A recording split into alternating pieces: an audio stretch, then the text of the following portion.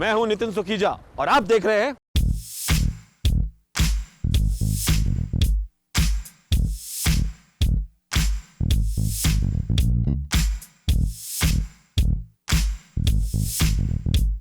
Hello and welcome. स्वागत है आपका उस शो में जहां हम हर बार जाते हैं एक नए शहर में और वहां पे देखते हैं ऐसे नज़ारे जो आपने कभी देखे नहीं होंगे। खाना पीना तो ऑफ कोर्स होगा ही होगा, वहां का क्या खास खाने को है, जानेंगे वहां के कल्चर के बारे में और ये सब हम करते हैं एक दिन में। तो आज हम कहाँ आ गए हैं इन हसीन वादियों के बीच में। इसके पीछे एक कहानी है। जब भूटिया नामग्याल राजा ने शादी की लिंबू ट्राइब की रानी से और राजधानी बनाने के बाद उसने कहा कि इसे क्या नाम देंगे, तो उसने कहा कि सूखिम, यानी कि नया पैलेस, यानी कि नया घर। आज हम आ गए हैं सूखिम यानी कि सिक्किम में और बिताएंगे एक दिन गैंगटॉक में।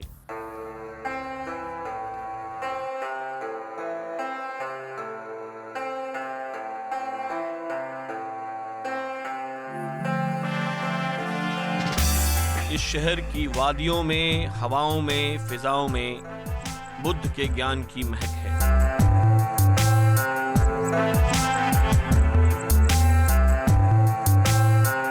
देश के सबसे साफ सुथरे शहरों में से एक गैंगटॉक आज देश के टूरिस्ट मैप पर एक अहम मुकाम रखता है।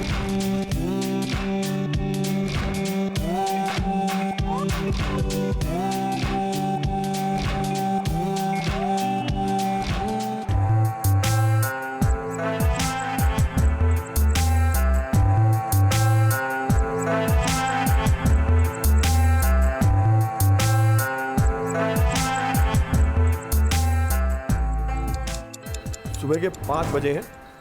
सुबह की शुरुआत हमने जल्दी की। पहाड़ पर दिन जितनी जल्दी शुरू किया जाए उतना ही अच्छा होता है। हमें बताया गया कि सुबह सुबह यहाँ से जो नज़ारे देखने को मिलेंगे उसका क्या कहना है। तो थोड़ा शहर के बाहर जाते हैं, एक चक्कर मार के आते हैं, देखते हैं क्या क्या है वहाँ खूबसूरत। हमें बताया गया ठंड भी थोड़ी है तो स्वेटर साथ में हमारे है।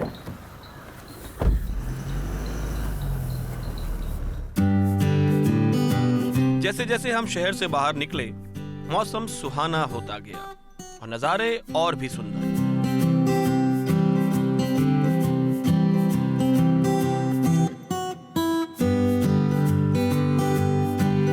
हरियाली पर रुई के फाहे की तरह फैली बर्फ दिखी और दिखने लगे कुछ लोग जो उस बर्फ का लुत्फ उठा रहे थे।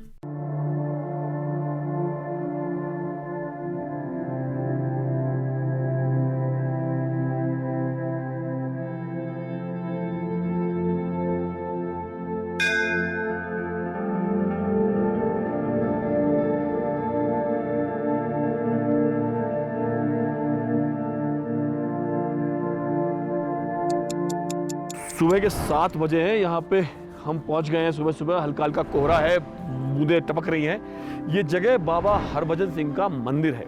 अब बाबा हरभजन सिंह कौन थे, हम सुबह सुबह यहाँ पे क्यों आए हैं? बाबा हरभजन सिंह का स्मारक स्थल जो ये है, बाबा हरभजन सिंह एक सेना के सिपाही थे। 1968 में यहाँ पे पोस्टेड थे। एक एक्सीडेंट में उनकी मृत्यु हो गई, उनकी बॉडी नहीं मिली।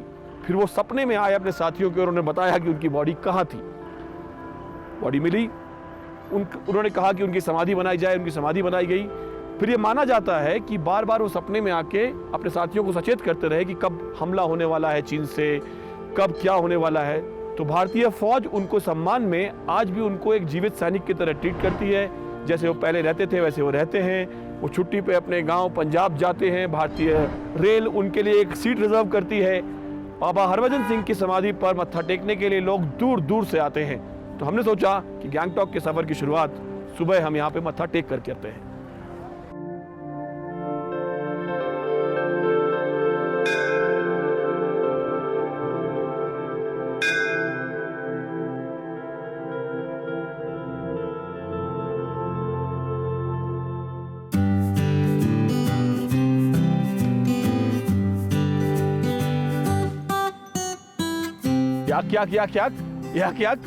याक।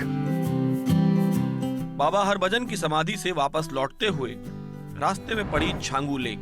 4,500 मीटर की ऊंचाई पर बनी इस ग्लेशियर लेक के किनारे रिमझिम फुहार के बीच भी लोग फोटो खिंचा रहे थे।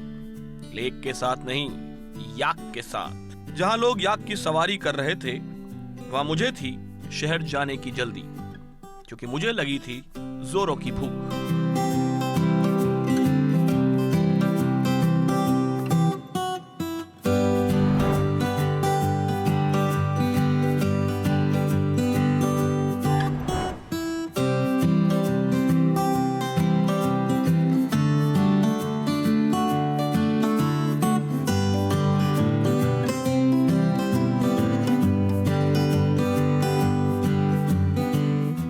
हम आ गए गैंगटॉक में बेकर्स कैफ़े में। दुनिया भर में घुमक्कड़ शास्त्र की जितनी भी किताबें हैं वहाँ पे इस कैफ़े का नाम स्वर्ण अक्षरों में लिखा हुआ है। तो हमने सोचा क्यों नहीं आज इंग्लिश टाइप का नाश्ता किया जाए। मेरी टेबल पे है एक शाक्षुका, मेडिटेरेनियन डिश है, आयरिश कॉफ़ी है, कॉकटेल नहीं, और यहाँ की जो बेकरी आइटम्स हैं ये एप्पल क्रम्बल है और ये ऑरेंज मफिन है। अगर इन्हें खाना पाप है तो ऐ खुदा ये पाप मुझे करने दो।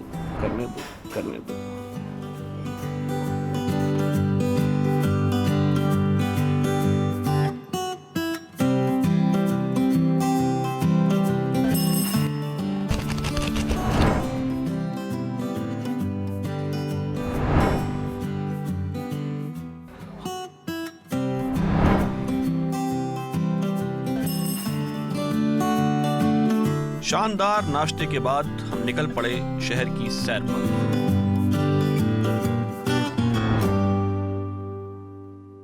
अर्ज किया है कि होठों पे ऐसी बात मैं दबा के चली आई, खुल जाए वही बात तो दुहाई है दुहाई, ओ शालू। ये गाना याद है आपको? देवानंद की ज्वेल थीफ में था। इस गाने की सेटिंग सिक्किम के महाराज का दरबार थी। मेरे पीछे सिक्किम के महाराजा का पैलेस है। जब ये गाना शूट हुआ था तो सिक्किम भारत का हिस्सा नहीं था, एक इंडिपेंडेंट किंगडम था। लेकिन 1975 में यहाँ की जनता ने सोचा कि बहुत हुआ सम्मान, अब हमें राजशाही नहीं चाहिए। सिक्किम का किंगडम खत्म हुआ और सिक्किम का भारत में विलय हो गया।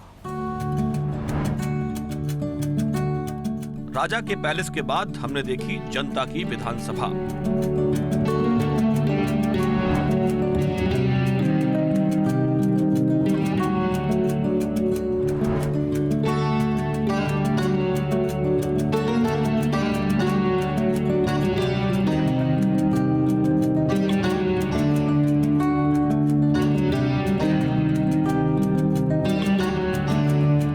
केबल कार में होके सवार नजारों के मजे लेते हुए हम पहुंच गए नामग्याल इंस्टीट्यूट ऑफ तिब्बतोलॉजी।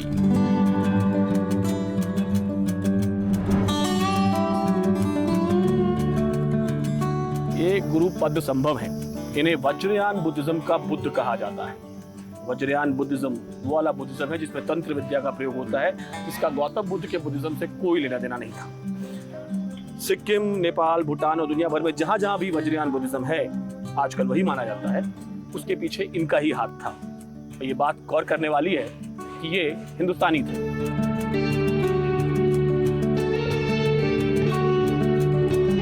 इंस्टीट्यूट से कुछ दूर ही है टोड्रुल चौटन। इस स्तूप को त्रुलशिक रिम्पोचे ने 1945 में बनवाया था।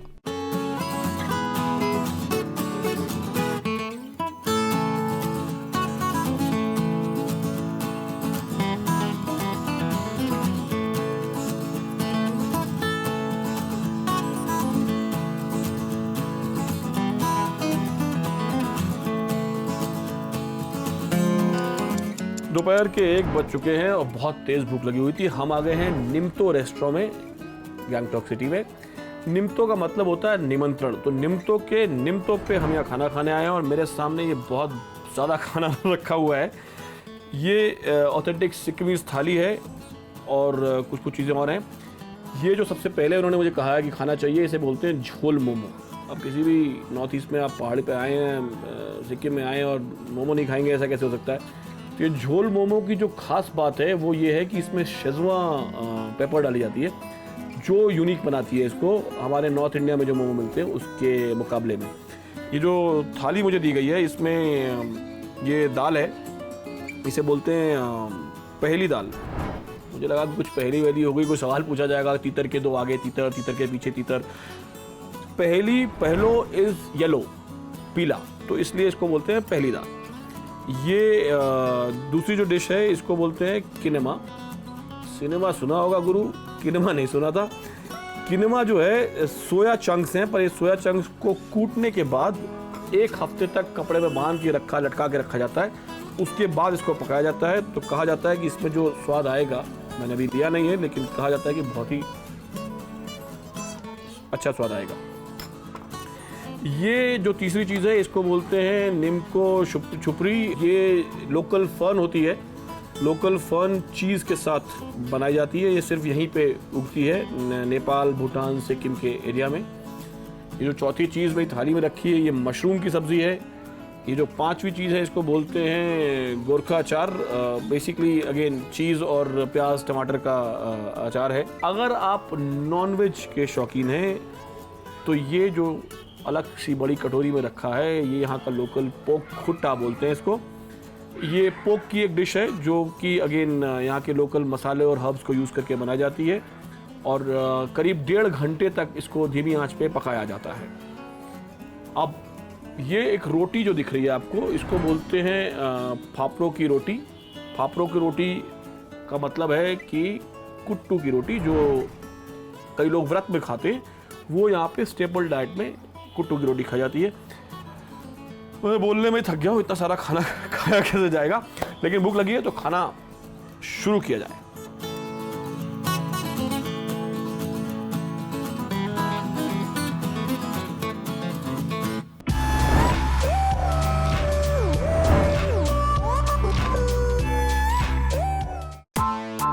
लंच के बाद हमने सोचा कि एक बार शहर को ऊपर से उड़ के देखा जाए, तो हम उड़ चले अपनी जॉय राइड पर और सही में शहर का अद्भुत नजारा देख मजा आ गया।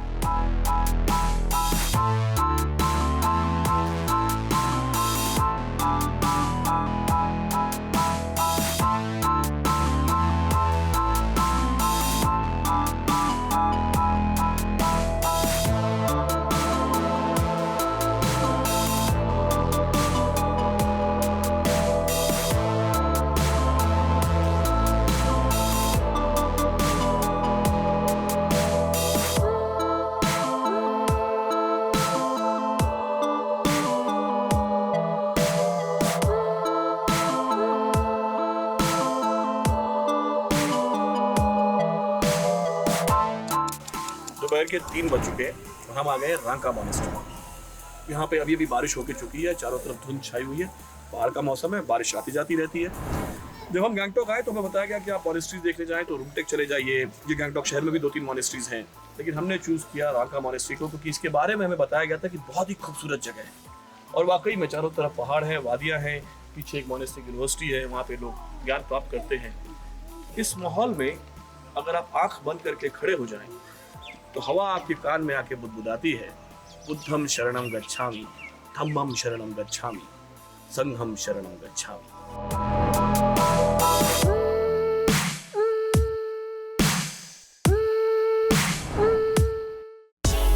रांका मॉनेस्ट्री से लौटते हुए रास्ते में पड़ता है बन जाखरी झरना, तो हमने सोचा कि क्यों न चलते चलते यहाँ भी एक नजर मार ही ली जाए।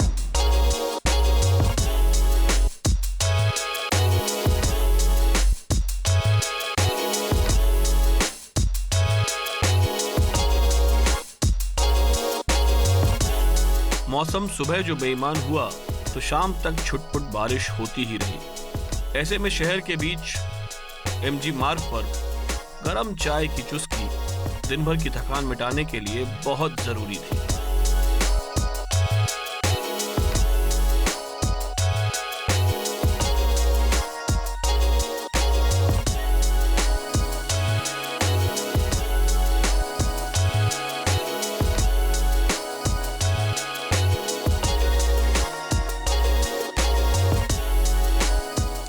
शाम के 8 बज चुके हैं और हम आ गए हैं गैंगटॉक के डेंजोंग रिजेंसी के गाइको नाम के रेस्टोरेंट।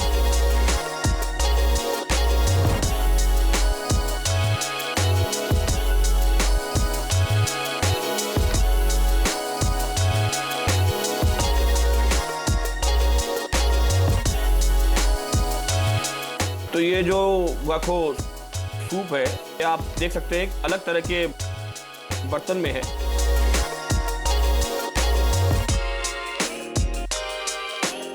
इसके अंदर बहुत सारी चीज़ें रखी हुई हैं। यहाँ पर अगर शुरू करें तो बटर मशरूम्स हैं, जुकीनी है, कुछ वेजिटेबल्स हैं, ये लाफिंग है वाला लाफिंग नहीं, लाफिंग बेसिकली मार्क को सॉलिडिफाई करके बनाया जाता है। यहाँ पे ये सी फूड है, प्रॉन्स हैं, चिकन है, ये एग्स हैं और साथ में ये वेज स्टॉक सूप है। इसमें सूप ऊपर से डाला जाता है। आप इसमें सामान ले सकते हैं, अपने पॉट में डाल सकते हैं और खाना शुरू कर सकते हैं।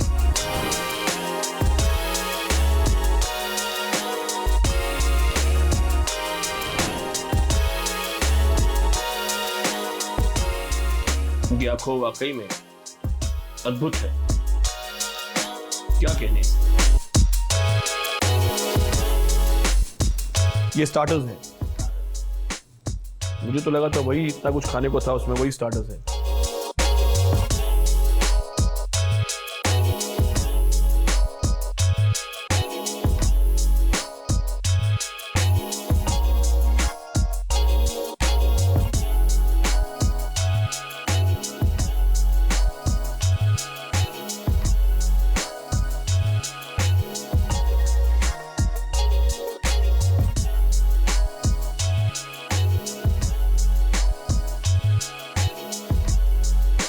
वाह वाह वाह, थाईलैंड में इतना अच्छा थाई खाना नहीं बनता होगा जितना मुझे सिक्किम में खाने को मिल रहा है।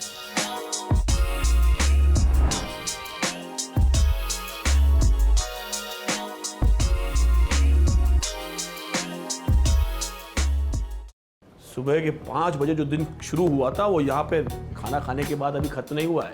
हम यहाँ ऐसी थोड़ी खाना खाने आए थे। जो इतना खूबसूरत रंगीन खाना हमने खाया उसके ठीक बगल में कुछ और रंगीनियाँ बाकी हैं। हाथ में हो रही है खुजली।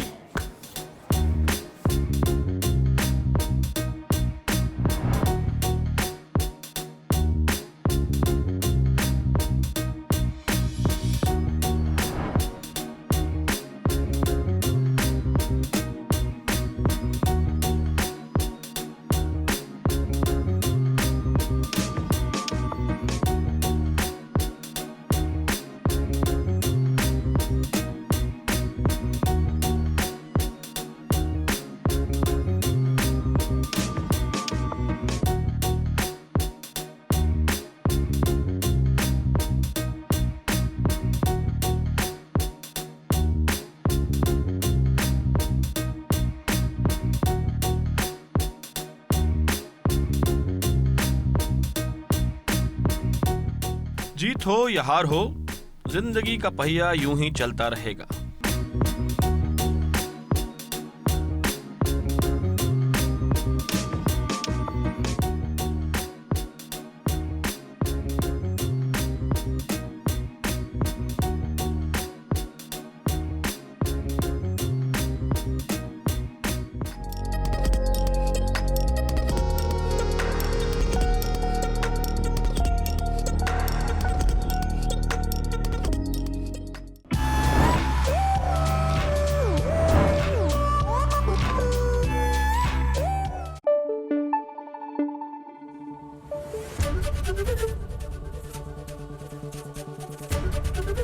एबीपी न्यूज आपको रखे आगे।